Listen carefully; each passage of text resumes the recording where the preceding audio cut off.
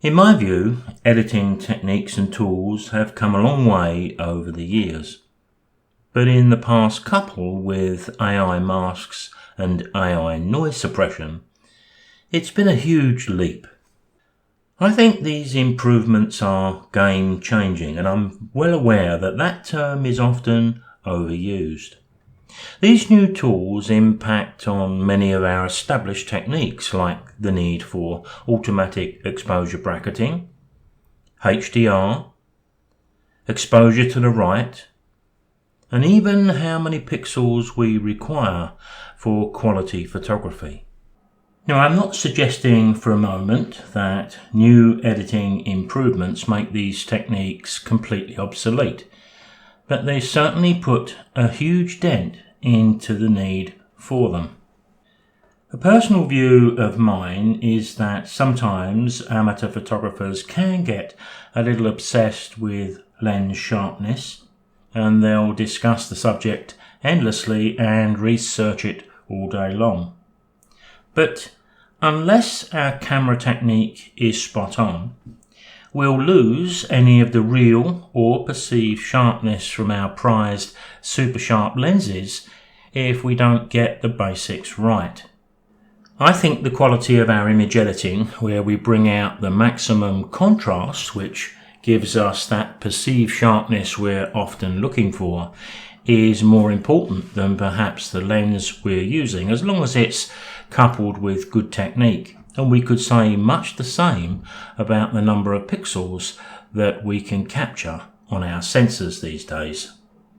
The irony is that we spend lots of money on top quality lenses, and what's the most popular amateur fad of 23-24? Well, it's in-camera movement, where the lens we're using is irrelevant. We've even come up with an acronym for it, ICM. What you've been viewing here is the global and basic editing of an 11 megapixel image from a Canon SLR from well over 20 years ago. In fact, this was around the time I started shooting raw images and nothing else.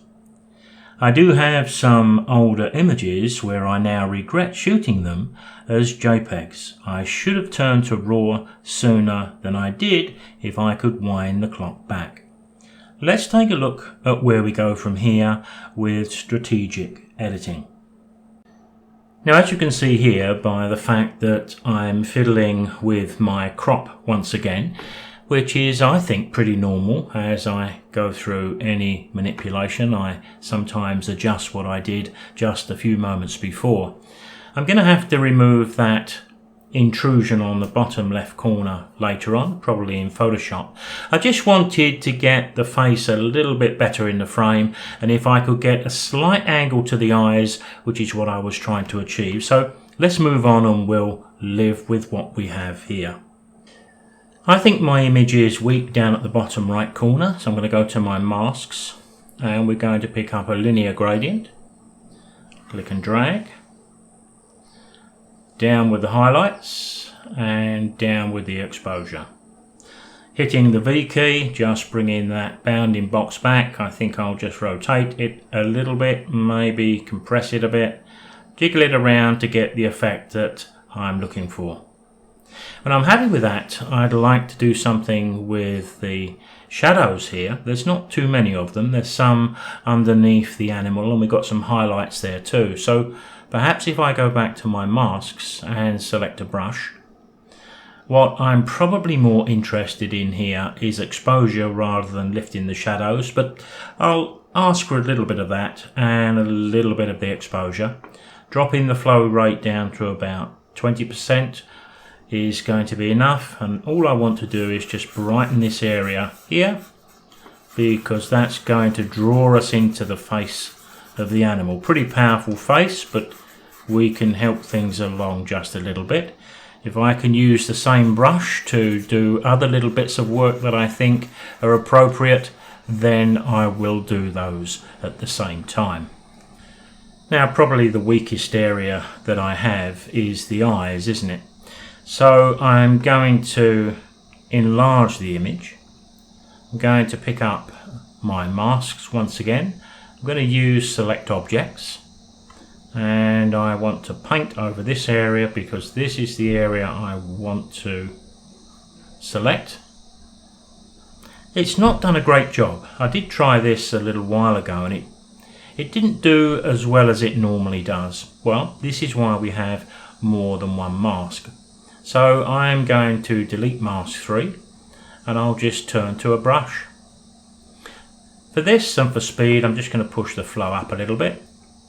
In fact, I might even bring the picture up a little bit in size, adjust the brush, and I'm going to mask off the area I want to affect, and I'll do both eyes. I'm doing this a bit quick and dirty, so maybe better if we blew this up even higher and took a little care, but to be honest I think it's going to be fine. Control 0 will fit the image on screen. I'll remove the overlay and also that little pin with the V key, because now I do want to lift the shadows and the exposure.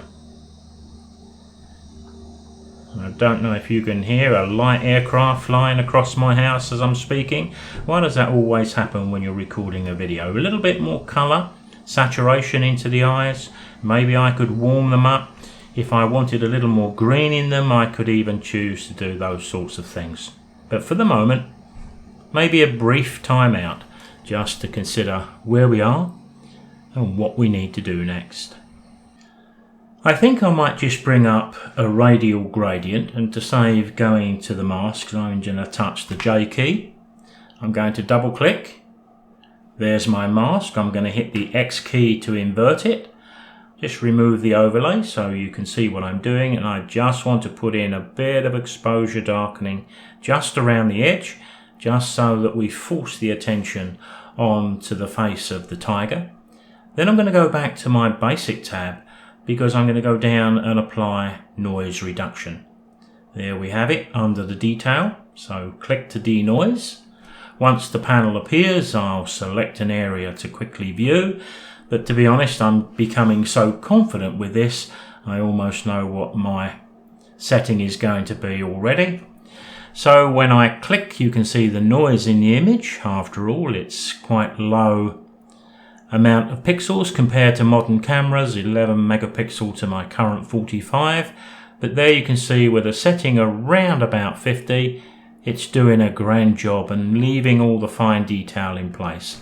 I'm going to click Enhance. This may take a few seconds, although it appears to be going quicker than normal, probably because it is a lower resolution image and therefore the noise suppression is working faster. But once it's complete, I'm going to open this up into Photoshop. Now my image has opened up as a smart object. We can see the little symbol at the bottom right corner of the thumbnail. Don't think I really need that, so I'm going to right click alongside the thumbnail and rasterize it. I want to repair that bottom left corner. I'm going to do that by selecting my polygonal lasso tool, and I want to make a selection around this area here. Doesn't have to be very careful. As you can see, I'm just taking all of that. Then I'm going to go to Edit, Content Aware Fill. We're given two screens here. The one on the left is telling us where the repair is coming from in green. The one on the right is giving us a preview of the repair. And straight away, I can't even see where the repair's been done. So without any help from us, I would be happy to OK that and open this up. But just in case things go wrong for you, if you look up at the top left, you do have a brush with a plus and a minus. So if the repair is drawing areas of the image you don't want used, then just paint them out. It's easy to do, and you'll see a preview of what you've just done on the right. Over here, we get an opportunity to output this in a number of ways. Do we want to just go to the current layer? Well, the repair here looks good enough for me, and I have confidence enough to choose that top choice. We can go to a new layer, or we can duplicate the layer completely. Current layer is good for me, so I'm going to click OK. Hit Ctrl D to remove the selection, And there we have the repair done. To bring this video to a close, I have gone ahead and I've done some spots and blemishes work as we described in video 7 and 10.